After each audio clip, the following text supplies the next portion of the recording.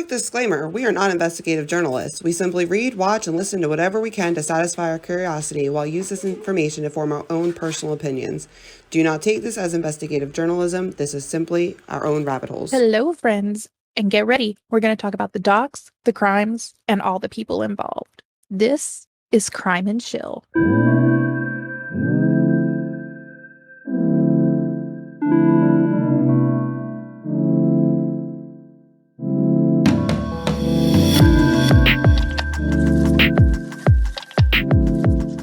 I'm Victoria. And Rachel! It's the second episode. It is the second episode of 2022, and guess what, Rachel? Today, that this episode will be going out will be January 14th. January 14th is National Organize Your Home Day. It's also National Dress Up Your Pet Day. Hey, ma'am. Can we put you in a sweater? I have a hoodie for one of my dogs, so I will make sure to put her in that, and I will post a picture on our Instagram, because my doggies are really fucking cute. My dog's just so you know. Fucking ass. I love her, and every time I'm like, okay, listen, we just don't have this relationship, and then I can't because we do have that relationship. You do. Also, just like I said, it is National Organize Your Home Day, so if you've been looking for that sign to like get your shit together, here it is. Use this podcast as motivation. That's the only way I clean this with the podcast. So if you just need to be like, man, I really need to get my house together. I need to get my life together. I need to organize. Pause right now. Go get your shit together and listen to us as you organize. We got you. Hey, if our audio and shit has sounded better since we're doing more work, passing it back and forth, can you let us know? Yeah, because we're doing a lot of stuff. So too. if it doesn't make any difference to you, let us know. So, Rachel, what's going on in the crime news world today? Okay, first off, and this was reported last week. Okay. But I've needed to talk about it because this man just... Okay. Andrew Cuomo, DA has dropped charges. Are you serious? Yep. So we just got over the whole Alex Murdaugh and you get away with fucking anything until it's the bam and you get caught. You fucking got caught, dude. You fucking got caught. They will not proceed with misdemeanor sex crime charges against New York's former governor, Andrew Cuomo. Oh, I'm mad. I don't understand. It's not like it was just accusations. There was rock solid proof. There was evidence. Why are they dropping? None of the stories that I've read, and I mean, they've only announced it today, and I really haven't deep dived into it. But there was proof. That's fucking bullshit. Brittany Camiso was the former executive assistant to him and is the one who filed criminal complaint in August. I don't know what has gone on that they aren't able to press charges. But that just made me sick. That pisses me off. I'm livid. Fucking his brother's on CNN and lost his job over this scandal. Yeah. And he didn't even fucking do anything. Oh, no. Oh, did he? There's talk that he had the same... Friends in the family. Yeah. Well, now that I'm pissed the fuck off, what else you got? Well, in 2020, a Texas man allegedly killed his 30-year-old wife and then went on a run and had been running and running and running. On New Year's Eve, the police finally find him sleeping in an RV van type thing. Uh-huh. He shoots himself and commits suicide. What the fuck? Okay. That was... He had children. They had children together. He murdered his wife in 2020 and apologized to the kids on YouTube. And then kills himself when the police get close. He really didn't want to go to prison. The death occurred on October 21st of 2020. So you lasted outside of prison from October of 2020 till New Year's Eve of 2021. The Marion County, Florida got a tip from a 911 call that he had been spotted sleeping in a van at an RV park. And that's when they went to close in, and then as they tried to make contact, he shot himself. Wow. Those fucking kids. So not only did your father kill your mother and go on a run. How old were his kids? I mean, she's only 30. I mean, even if she had a kid at my, how I had Nick at 19 or 18. Yeah, they're young. That's sad. I went from pissed off to sad. I'm sorry. Just made me feel a range of emotions. Her family said that it's bittersweet that he just committed suicide. Yeah, because I can understand that because now the kids aren't going to have to go through all of that as much as they were. I mean, I'm sure the kids wouldn't have been pulled in for trial or anything, but they're going to know what's going on. Yeah, Savannah's mother, which is the wife. Yeah. She said that she thanked the tipster who led to law enforcement to Trent, which was the fugitive. And the reporters asked, did I want for him to be held responsible for his actions? Did I want to look for him in the eye and face him for what he has done? And she said yes. But is she sorry that he's no longer here? Nope. I mean, normal reaction, I feel like. Yeah. The crime that so when he allegedly killed his wife on October 21st of 2020, he was waiting for Savannah in the master bedroom, and just shot her. Wow. Yeah. She had told him that she didn't want to live with him anymore. And instead of, filing for divorce and just moving on with our lives, he shot her. Avoidable things. People that should still be alive. And it actually was a viral video online back then, so back in 2020. So What, him apologizing? Mm-hmm. On YouTube to his kids that... I didn't see it. I didn't either. Curious. I might go look for it now. Yeah, I didn't see any of it, but I will send you the people.com article about this story. That's insane. All right. So, last week we finished off the Murdaugh files. Hope you guys loved that. It was fun, and then we were overwhelmed. So, today we are moving on. Thank God. From Murdaugh. I can't believe I said thank God because I was so invested, but I'm so ready for it to be over. So I'm gonna be talking to Rachel. Knows what I'm talking about, but I don't know how much about this case she actually knows. Nothing, other than the name that you had given me. I don't believe. I didn't read. I just pulled up the initial date of the crime and those. I don't know anything. So we are going to be talking about the disappearance and murder of Maddie Clifton. Maddie Clifton was 8 years old when she went missing on November 3rd, 1998 in Jacksonville, Florida. She was reported missing around 5 o'clock that same day, 6 o'clock that same day, and there were searches done for her for 7 days. Until November 10th, 1998. Melissa Phillips went into her son's room, who is Joshua Phillips, while he was at school, and she noticed a wet spot on the floor. He had a waterbed, so she thought the waterbed was leaking. And she went to look to see where's this leak coming from. She discovered the body of Maddie in Joshua's bed frame. Good. She immediately left and went outside where police were because Maddie lived across the street from the Phillips family. So she went outside to police, immediately told the police what she had found. The police went in. They went to Joshua's school and arrested him that day. And he did within the same day. So all within November 10th, her body was found. He was arrested and he admitted what happened and how he killed Maddie. So let's talk about it. According to Joshua, Maddie had come over and wanted to play baseball with him. Okay, so beforehand, Maddie was at home. She had come home from school. It was election day when Maddie's mom came home around 4:30ish. Maddie immediately went outside to play. She was seen at another neighbor who was 16 years old hitting golf balls with him, and then somehow ended up with Joshua. There's mixed things on what happened. Joshua says one thing happened. Another person says they saw him creeping up on her going to talk to her. Joshua was 14 years old. There was an age difference there. She was 8, he was 14. Maddie had come over and wanted to play baseball, but neither one of Joshua's parents were home when she came over, and when they were not home, per his father's, Steve's rules, he was not supposed to have anyone over. Okay, well, he's 14. Right. So let's pause there real quick before we go into what happened to Maddie. Let's talk about Joshua's parents, Steve and Melissa. Steve was a drug addict and an alcoholic, and apparently was very violent and had a temper and directed it towards Joshua and Melissa.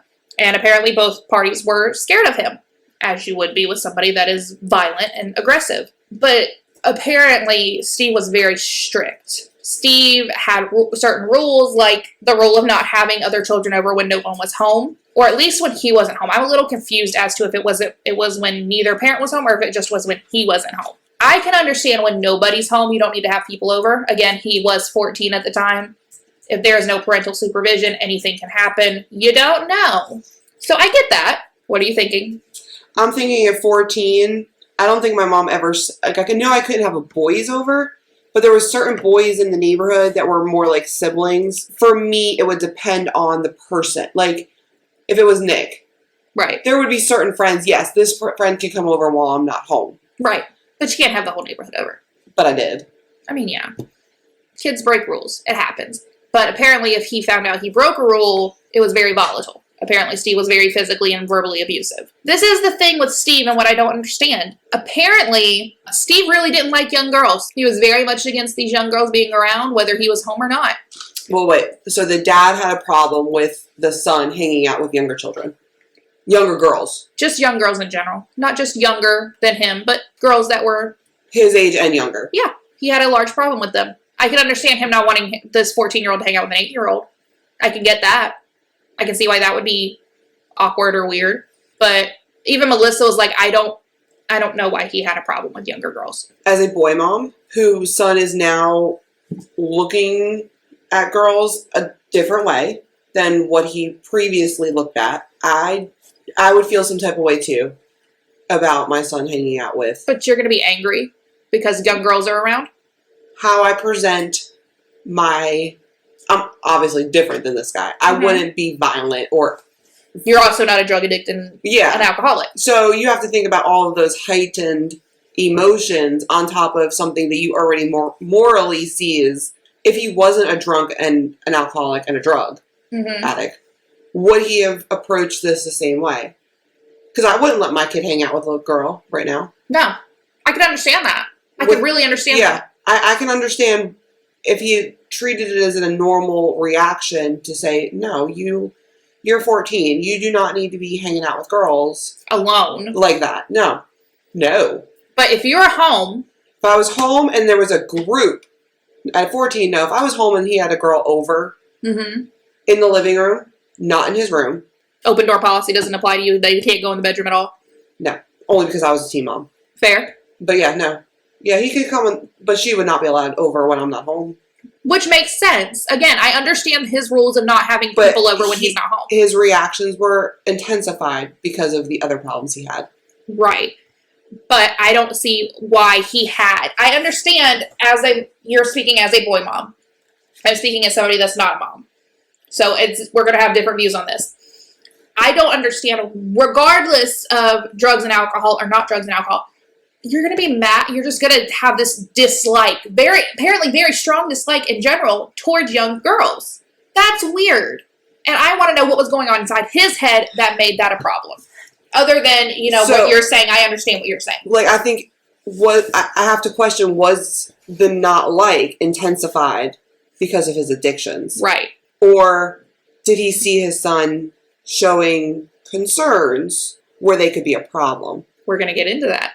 So if there was any kind of inclination where I thought my child was doing something inappropriate, as a parent, you're going to step up. Yeah, I'm going to... and say what's going on, or at least pull out of that situation. Yep. But I think I just have to question, was a lot of it due to the reaction, due to the intoxication? Right. Which I believe a lot of the violence probably was. If he was sober, would he have the same behaviors? Right. And I agree. It doesn't make it okay. So, like I said, Maddie came over and wanted to play baseball with Joshua. Nobody was home. He wasn't supposed to have anybody over. So they were outside playing with the baseball, either throwing it, hitting it, something. Joshua accidentally hit Maddie in the eye with the ball. We've talked about last episode of how head wounds just bleed, regardless of where they are. So if a baseball you're throwing back and forth hits somebody in the face, it's going to bleed. Maddie obviously started to bleed and scream and cry because, first, that's going to hurt like hell. That did not feel good. Second, she's 8 years old. 8 years old. That probably scared the shit out of her. Not to mention the pain and everything else that's going on. It probably scared him too, though. Right. So, Joshua then panicked because he knew his father was going to be home soon. He knew he wasn't supposed to have people over, and he was scared of his dad. Like I said, he was an alcoholic, a drug addict, and was violent. So, of course, he was terrified of him. And he was very, very strict with Joshua. Like, everything I've read is he was, like, very much kind of drill sergeant-y. Okay, I might have zoned out. But did you say he had any other children? Nope, it was just Joshua. Okay. Joshua then stated that he grabbed Maddie and drug her into the house. While doing this, the clothes on her lower body, I'm assuming this meant, like, pants and underwear, slipped down. Pants and, what did they say, or was it just lower extremity clothing? Just lower. So, once he got Maddie into the house and into his room, he then hit her in the head with the baseball bat multiple times, from my understanding, because she was still screaming. She was still screaming. She was still scared. He took the mattress off his bed and then put Maddie inside the frame of his bed. Shortly after this, his father arrived home. There were some interactions with his father for some time before he went back. When Joshua returned to his room, Maddie was still moaning, making noises. He then slit her throat. He went to, apparently, it's mixed things of what happened next as far as how it all played out, but most common is that he went and washed up, still heard her making noise, so he went back and he stabbed her in the chest and stomach 7 to 9 times. 2 of these stab wounds were after she was already dead. So he slit her throat, which hit the windpipe, did not completely kill her. Really? Yeah, she wasn't dead all the way yet. She was dying, but she was not dead. One of these stab wounds did hit a lung. That killed her. So, like I said, he was 14. There's a 6 years age difference between Joshua and Maddie. At 8 years old, I lived in the children were very close-knit in that community. Right. We did not, age did not matter. No, and if you lived across the road, again, this is 1998. Yeah, and this was the same time. In 1998, I would have been 7 years old. I had friends that were in high school. I had people that in our group. Now, were we Betty? No. Mm-mm. But, there was people in our group that were much older than me. Right, and I watched, the kids in our neighborhood. And I know majority, across the road, all the houses that they've built, almost all of that's family. But I watch, with the kids from the subdivision behind us, I watch how it goes. And you have these younger ones, and then they go all the way up to these older ones. Yeah, and until you got a car, really, it didn't really matter. Unless that person was a crybaby or, couldn't keep up or... Yeah, in my neighborhood, they're all running around on their bikes or running around and playing. And like I said last week, playing with fucking fireworks. And I don't care how old these other older kids are. Until you get to having a car.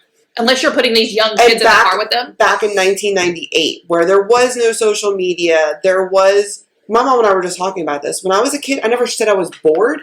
Because I'd wake up, I'd get dressed, I'd eat my breakfast, and I was outside. Yeah. With these group of people. Yeah.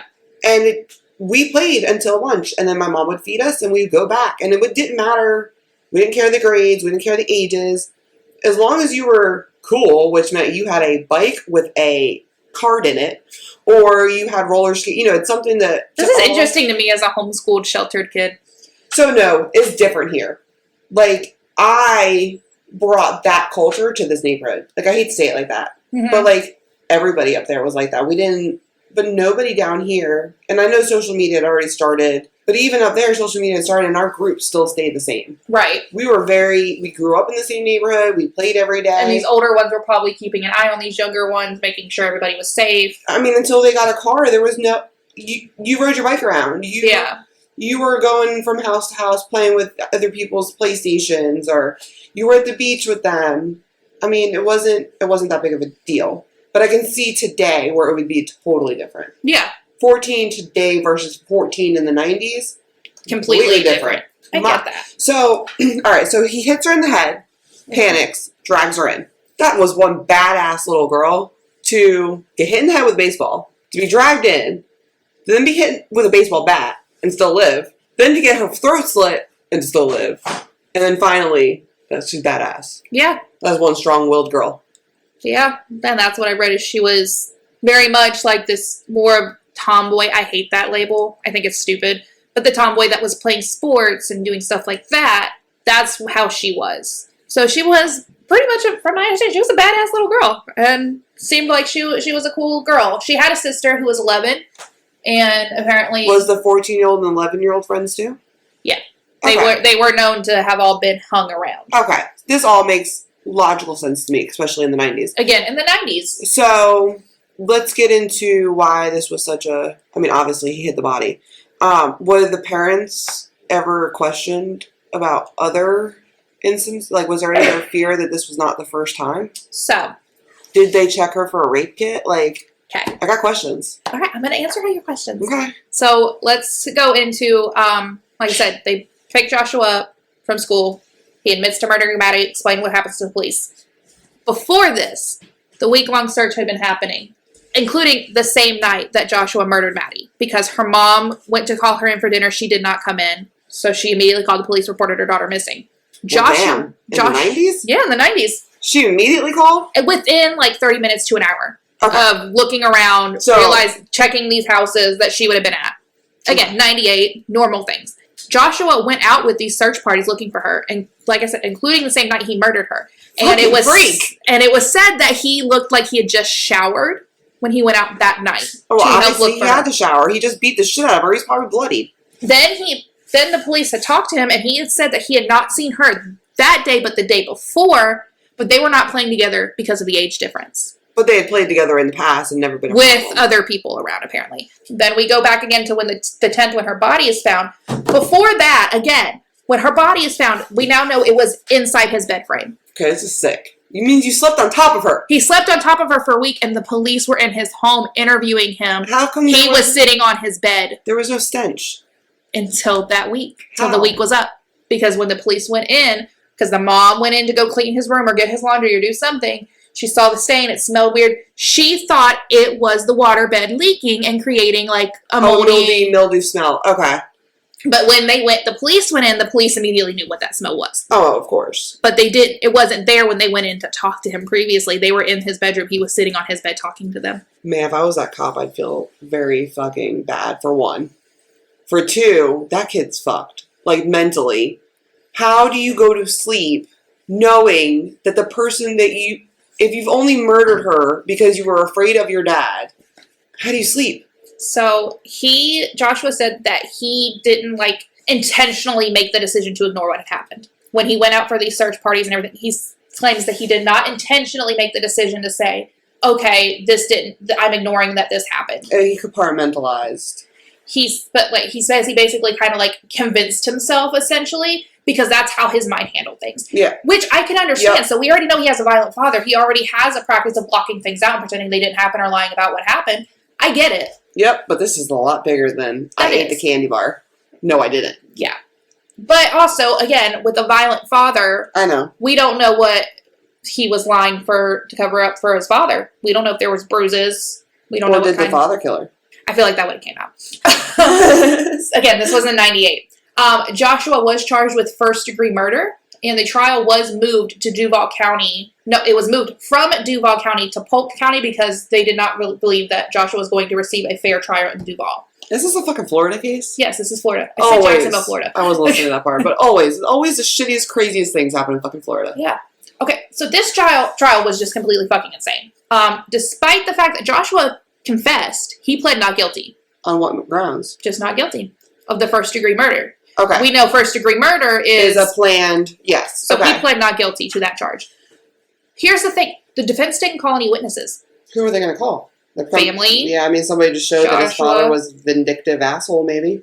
So Joshua was 14 at the time of the murder, 15 at the time of the trial. Keep this in mind. So Joshua's lawyer, whose name was Richard Nichols, he was not calling witnesses. He was not doing much of anything. Apparently, when he would go see Joshua in the prison, they were not discussing the case. They were playing chess. And we have proof of this? That is what the mother has come out and said. Well, then why haven't we filed an appeal for invalid counsel? So Richard told the family, he didn't want Josh testifying, even though he was being charged as an adult. Joshua was 15 years old, being charged as an adult. Okay. He was very much in touch with the parents of we don't want him talking, blah, blah. Melissa was against this lawyer and did not like how he was handling things. Steve was pretty much let him do whatever the fuck he wants. Well, because Steve wanted to wash his hands of his son. What the defense lawyer was basing his argument off of, it was going to be in the closing argument. That it wasn't because he was going to state to the jury, basically, it was not a planned murder. This is not first-degree murder. It was an accident that spiraled because Joshua panicked. Why didn't he go to the prosecutor then and try to make a deal for second-degree murder? That is what should have happened. Like I said, this trial, he didn't call any witnesses. It was only a 2-day trial. Damn.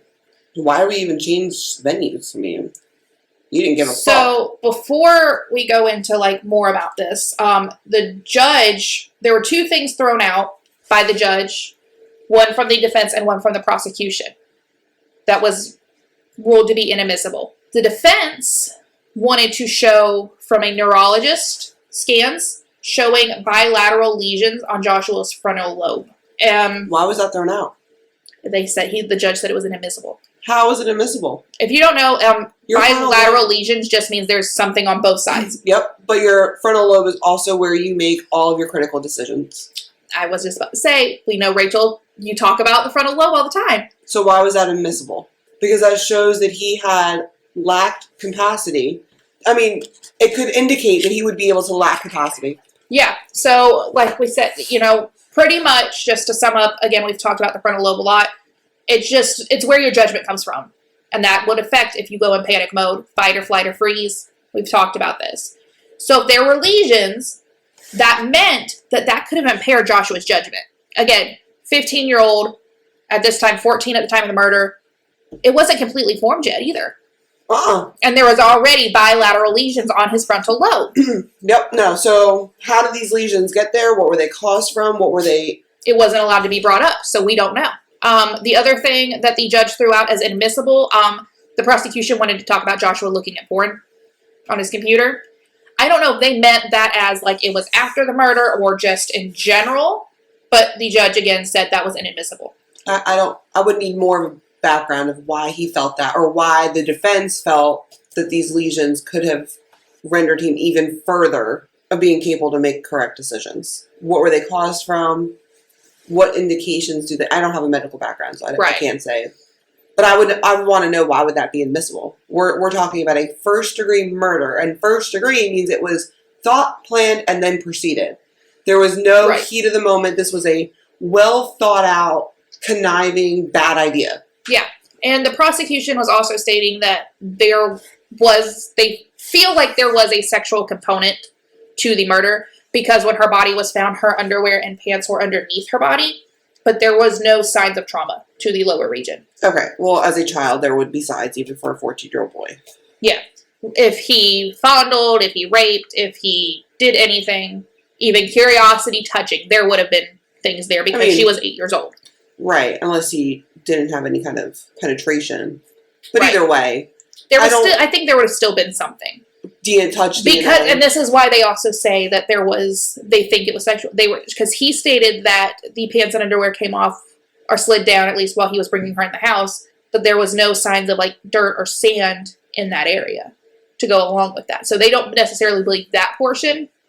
But if there's no trauma, there's nothing that says the thing that I think more he was maybe curious to see what was down there. But that's what I think. I don't think it slid off. I mean, it could have slid down, and then that led to... I've had siblings, and I've dragged them where I probably shouldn't, and their pants have never come off. Yeah, she was wearing a jersey. I don't know I didn't find if it was like basketball shorts to go along with jersey. I didn't see that, so... Either way, when you're dragging somebody, it will move down a little bit. That's what he said, it moved down. How far? I mean, it's not going to come all the way off. No. I'm sorry, it's not. No. So... Unless they were way too big. Right. And she was running around playing, so they weren't that big. No. Again, beforehand, she was with a 16-year-old boy next door hitting golf balls. So obviously, like we had said, with your neighborhood, all these kids kind of ran together. I think, personally, just based off of what I know of what I have found on my research, he got curious. It slid down a little bit, and his 14-year-old... little boy... prepubescent puberty brain... He was curious to see what was down there. Like I said, there was no trauma, but... Was it right? No. Hell no. Nothing that happened in this case was right. But does that mean it was sexually motivated? No. Like I said, the trial was only took 2 days. The jury took 2 hours to come back with a verdict of guilty. This was 1999, I would assume. 1999 to 2000 when he was convicted. He was sentenced to life without the possibility of parole. Because he was under the age of 16... Even though he was being tried as an adult, he was not able to be sentenced to death. If he was 16 or over, they would have went after the death penalty in Florida. Let's talk about what happened after. First of all, Steve died in a car accident in 2000. Whatever, I don't give a fuck. You sound like an asshole. In 2002, the Florida Supreme Court upheld the sentence of life without the possibility of parole. In 2004, Melissa started trying to get a new trial. And even the people that were already responsible for Joshua's sentence, 2 of them that were responsible on the jury. I don't know if they were the jury or where they were at. I'm a little confused of if they have to do with the Supreme Court or where they fall in this. But they are responsible partially for the sentence. 2 of them have said they have second thoughts about sentencing a child that young to the sentence of life with the possibility of parole. We have talked about this before, but thanks to a Supreme Court case, all kids with life sentences without possibility of parole were considered unconstitutional. So they ended up using this basis to file an appeal in 2017, he was resentenced to life. But there is an option, and what's probably going to happen is he's going to be resentenced or possibly could come up with a release in 2023. What has he done in prison? I'm glad you asked. Joshua got his GED. Even though they said he was too young, he still got his GED. He took college classes, and he is now a paralegal. And he works in the prison with the other inmates to help with their appeal. There was initial, somebody said he should write a letter to apologize to Maddie's family, and he was like, I'm not doing that. I would rather apologize to them in person. So he did when one of the appeals things that happened, 2020, 2021, Maddie's family was there, his family was there. He did apologize. Okay, any infractions? Not that I'm aware of. Apparently he's been a model inmate. Is his father still alive? No, I just said he died in 2000 in a car accident. Wow, I did not hear that at all. Whoa. He died in a car accident in 2000. So model prison sentence. And so one of the rabbit holes I've been going through has to deal with life inside a prison and how easy it is to get in trouble because you're constantly around other criminals and you are what you hang out with. Yeah. And if he has been this model, prison citizen, he's gotten his GED, he has a job there. I mean, it isn't like the same paralegal job that you would have on the outside, but it is a job. He wakes up every morning and he does routines to help other people inside the prison. I think he should be released. And I know that that's sad. Yeah. But he was a child. He made a bad decision. He went into panic. Yeah. Because of an abusive parent. Yeah. No, I think he should be released. I don't think he should have ever been charged with first-degree murder. No. I don't think that he should not have been found guilty of first-degree. Second, yes. Second-degree murder, yes. Yeah. I think if it was first-degree murder, why the fuck would you hide her under your own bed? Yeah. There would have been more planning that went into that, I feel like. Again, he was 14, so maybe not. Let's be honest, teenage boys, they don't do much planning. I mean, look at Joe. Yeah, I'm fine. I don't... as long as there has not been any other infractions, any other violent infractions while in prison. Not that I've seen.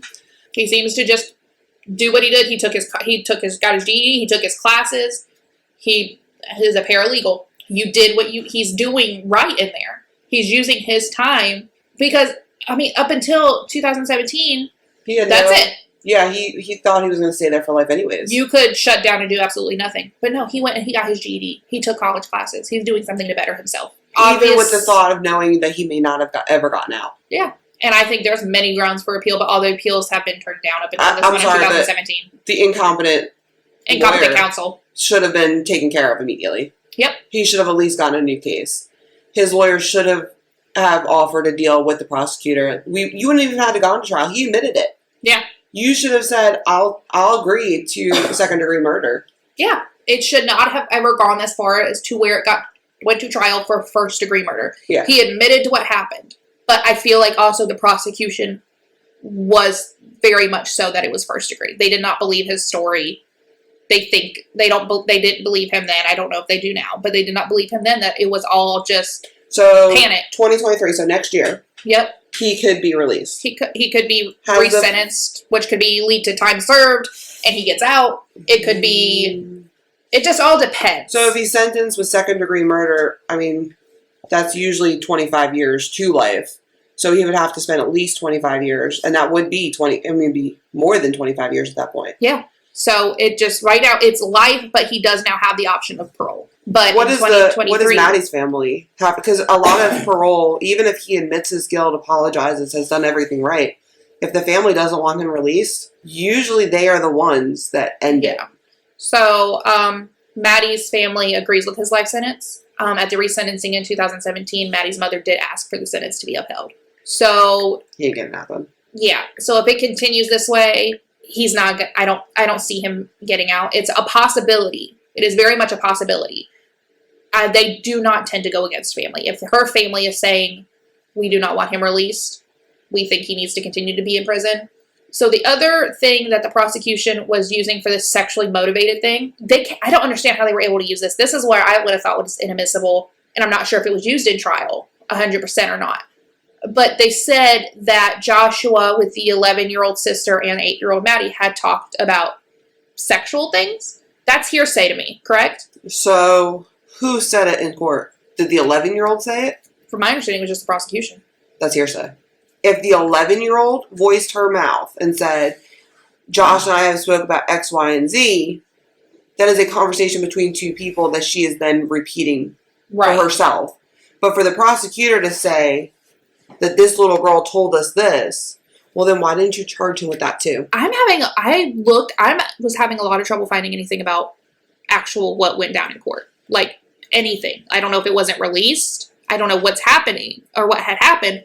But as far as, like, who the prosecution called, what happened, I'm having trouble finding it. And I don't know why. Usually I can find shit like that. But for this case, I could not find it. So I think it's a shame of what happened. Obviously, Maddie she shouldn't be dead. She shouldn't be dead. It was an accident. He panicked. I do not think it should have been first degree. And I also feel like at that age, he wasn't smart enough, especially back then. It wasn't like where we have access, like how we deep dive now. Yeah. He would not have had the resources to tell what the motive was. I just panicked. She was crying and I was afraid. Yeah. He wouldn't have had the insight to understand, okay, I can take this from first to second. He wouldn't have known the difference. I believe him. Yeah.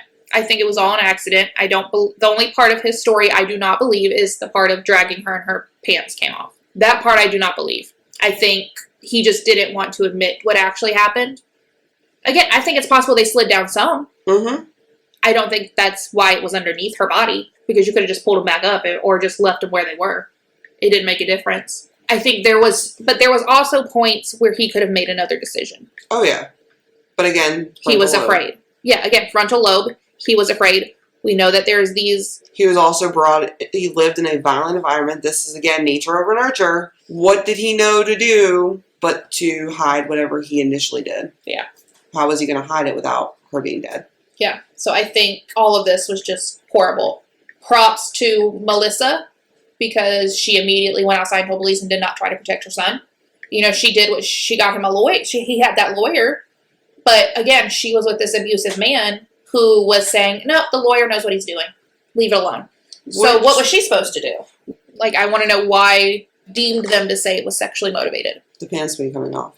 That's it. I mean, I guess I can understand. I can see it to an extent, but like, to me, there has to be more than just pants coming off. Pants being off. Like, you have to have something else. So, but again, that's just me. If you ran outside and you were naked, you're going to be charged with sex crime. Right. So... Which is why you have to pay attention to the sex offender registry. They do say what their charges were. Yeah. Some of them are literally peeing in public. Yeah. So if you look and you see like a dot near you, click it and see what it was, because they might have just very well been public urination. And they're registered as a sex offender now. Yeah, there's a lot. There's a lot that you could be charged with a sex crime and you didn't actually do anything sexual. You just had to fucking pee, didn't think anybody was going to be around. You whipped it out and took a piss. I don't see them putting a 11 or 12-year-old on the stand to say, yeah, we talked about sexual related things. Yeah. At 11 or 12, what sexual related things to you? Exactly. Like. Exactly my point.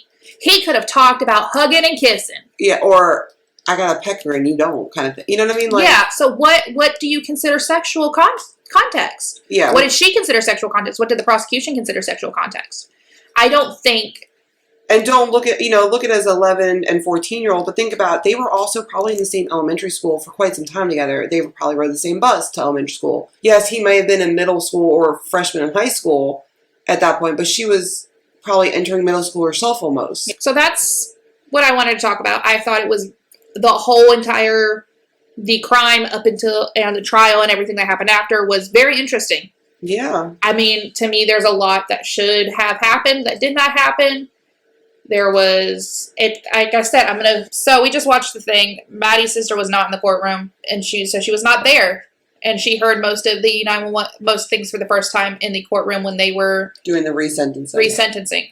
So she wasn't there. So it was hearsay if the prosecution did in fact use that, like I'm reading they did. Okay, so closing thoughts. He should not have been tried or convicted of first-degree murder. It should have been second-degree murder. He genuinely does seem like he feels bad and he's sorry for what happened. Steve was an asshole. Melissa tried her best, but made mistakes as a parent. Don't all parents make mistakes? That's my final thoughts, Rachel. Final thoughts. I think that if we say prison is for rehabilitation, without pulling up his record within jail, which I will do at the end of this, giving what you have given me, has he been rehabilitated? Yes. He should be released. Prison is not made to lock people up and keep them away forever. Prison is made for rehabilitation. Is there exceptions to that? Yes. Can some people not be rehabilitated? Yes.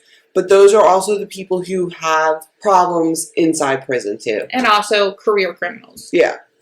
If he would have continued violent or destructive behavior inside of prison, he deserves to stay. Yes. He hasn't, from what you're telling me, he has not. So he deserves to. He's never going to live a normal life outside of prison anyways. No. He killed an 8-year-old girl. So even if he gets out, life will be hard. Yep. Probably be harder out. Yep.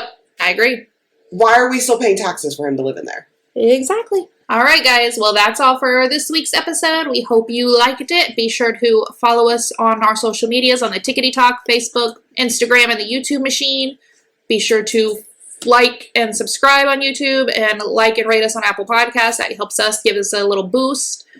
Join our Facebook group, Crime and Chill Fam, to talk more crime with us. And as always, just let us know if you have any questions, and we will gladly answer them. See you guys next week. Bye!